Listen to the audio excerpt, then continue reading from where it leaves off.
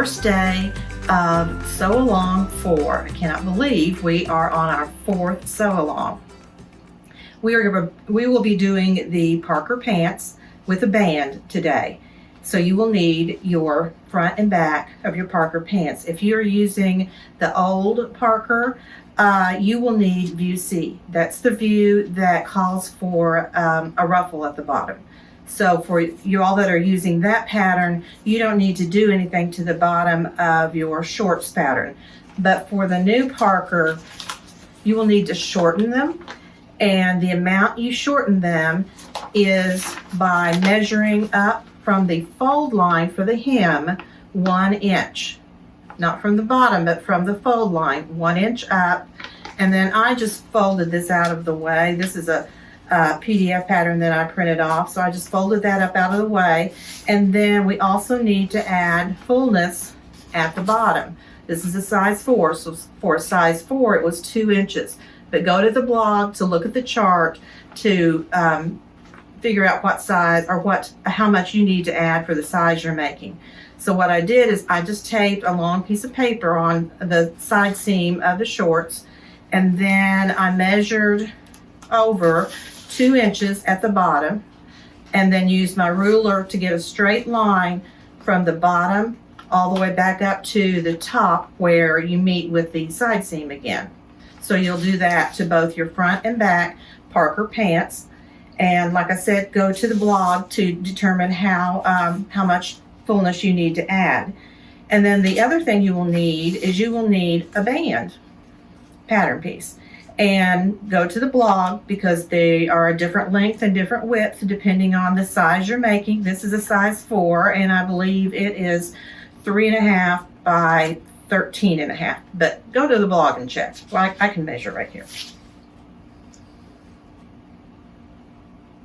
Yes, 13.5 by 2.5. And you will need to cut 2 of the bands and 2 lightweight interfacings for the bands.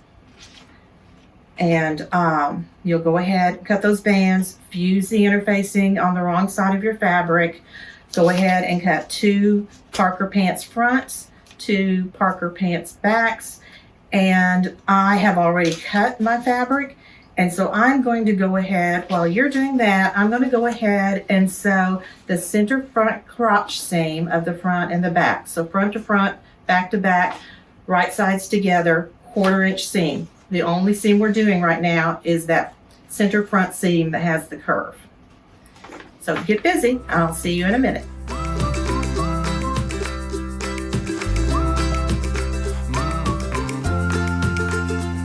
I went ahead and finished my seam with my serger, and if you have a serger, you can do that.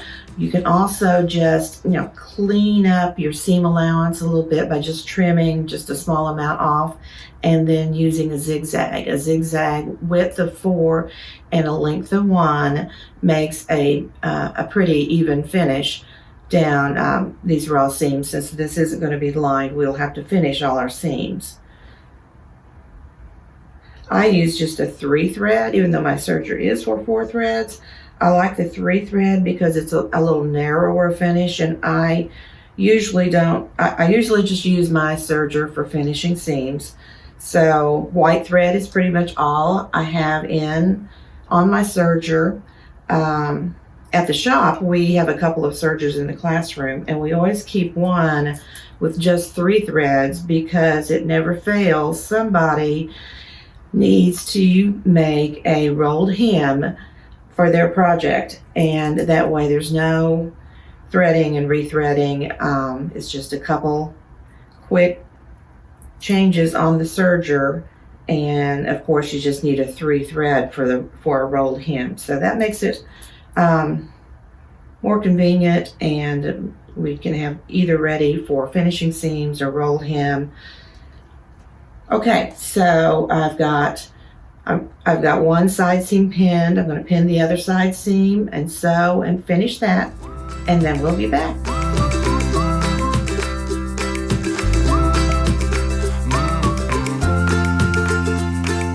I've got my side seams finished, stitched and finished, and oh, by the way, I told you earlier about finishing with a zigzag, the 4 for the width and the 1 for the length.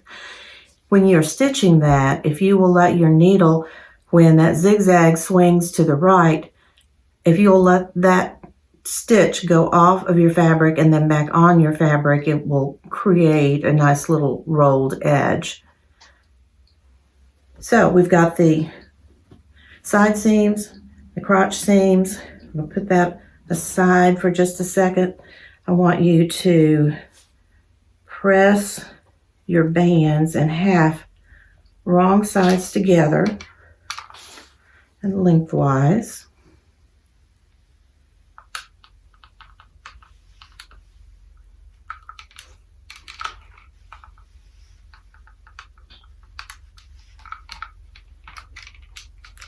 And then unfold, and on one long edge,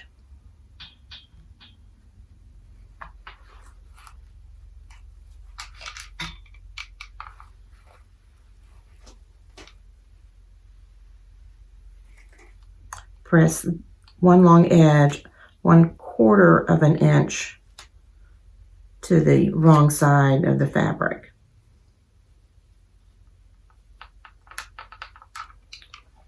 And then just let that unfold for now. After you've done that with both of your bands,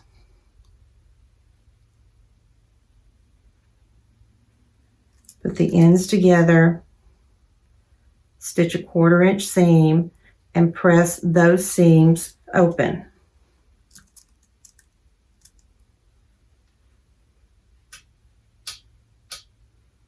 And do the same thing with the other band.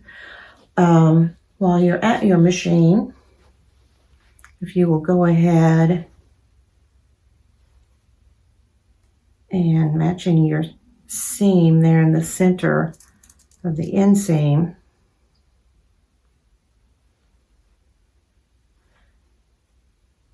stitch this seam too and finish it. And then I'm giving you more steps than usual.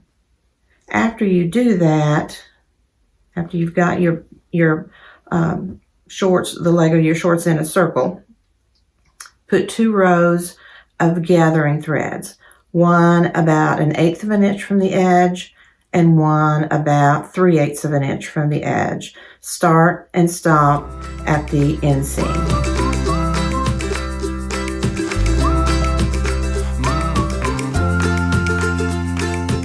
Now that you have your seams pressed and finished, your gathering threads in, and you can go ahead and pull up the gathers to approximately what you're going to need. You've got your seam pressed open. Now we're going to put the bands on the shorts. But the first thing we're going to do is turn the shorts inside out.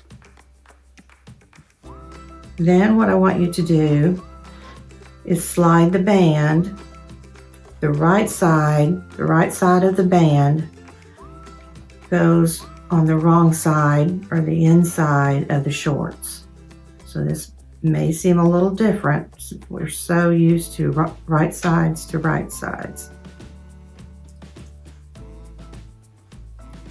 You're going to pin, matching the edges all the way around, and then you're going to stitch. We'll be back in just a little bit. Okay, now that we've got our bands stitched on, I'm going to go ahead and turn my shorts right side out. And I haven't pressed my bands yet or pressed that seam allowance because I don't want to lose these creases here. So refold that 1/4 inch edge. And then start pinning so that that folded edge comes just past your stitching line.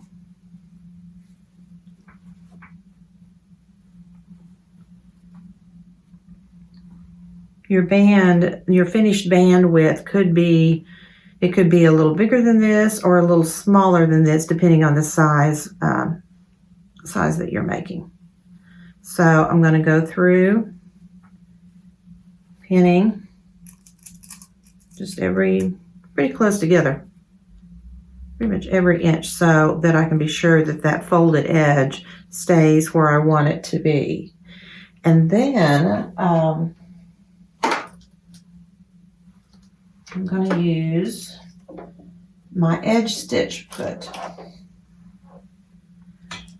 An edge stitch foot usually has some kind of guide, and that way as you sew, you can keep that edge of that metal edge right against that folded edge. Because remember, this is the right side of your pants now, and so you're going to be top stitching. You're going to have to move your needle to the right, and then check and see where that needle hits. You may need to move it 2 taps to the right, depending on how many positions you have on your machine for your needle. And I'm going to get set up on my machine, and then I'm going to try to get some close-ups so that you can see what we're doing. So what this keeps you from doing is having to stitch this band, to whip it down by hand. If you prefer to do that, then you would start with your band and your shorts right sides together, just like normal, and then you would flip your band to the inside and then whip it down by hand. But this is a pair of play shorts, and I'd kind of like to do several more pair, and I don't want to do all of that hand work. I want to be able to knock them out and just move on down Lies Highway. I've got set up here. I've taken my tray off and slid my band on.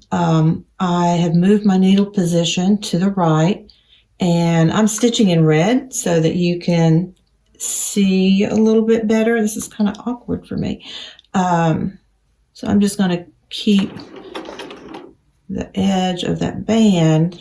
See, that's our loose band there.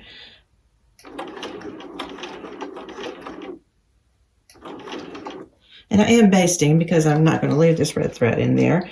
But let's see if you can see. Let me take it out so you can see.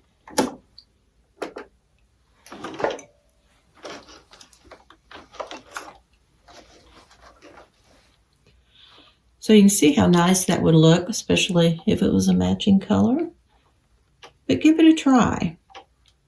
If you don't have an edge stitch foot, if you will use a foot that gives you the most visibility, like an open toe foot, or maybe even a clear plastic foot, that could help you if you don't have a edge stitch foot.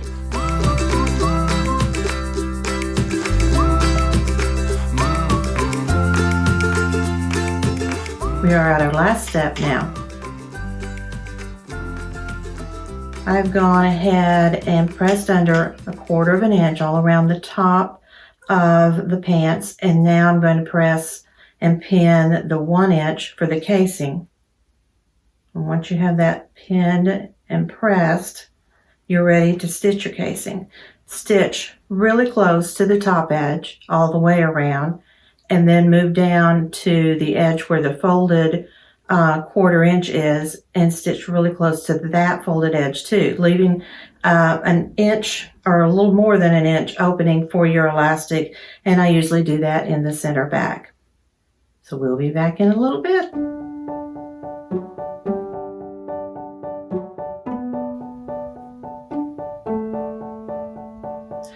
So I have a medium size safety pin on the end of my elastic, and I have worked it through the casing. And I'm now back at my opening in the back. Pull it through a little bit more so I can stitch my elastic.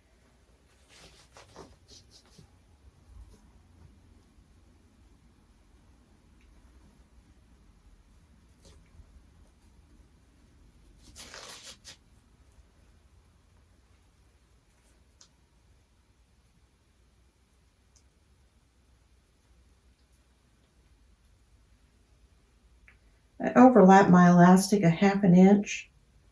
So I usually cut it to the waist size, and then when I overlap, that takes about 1 inch out, but you want it to be a little bit snug. So now I just need to work the fabric so that the gathers are distributed evenly.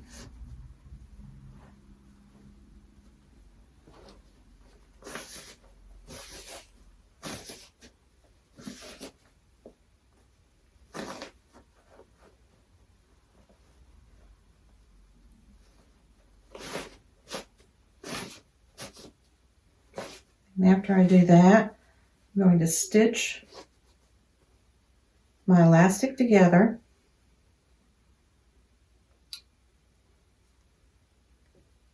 And sew that little 1 inch or so space at the back closed. I think they're pretty cute. Tomorrow we will do the top.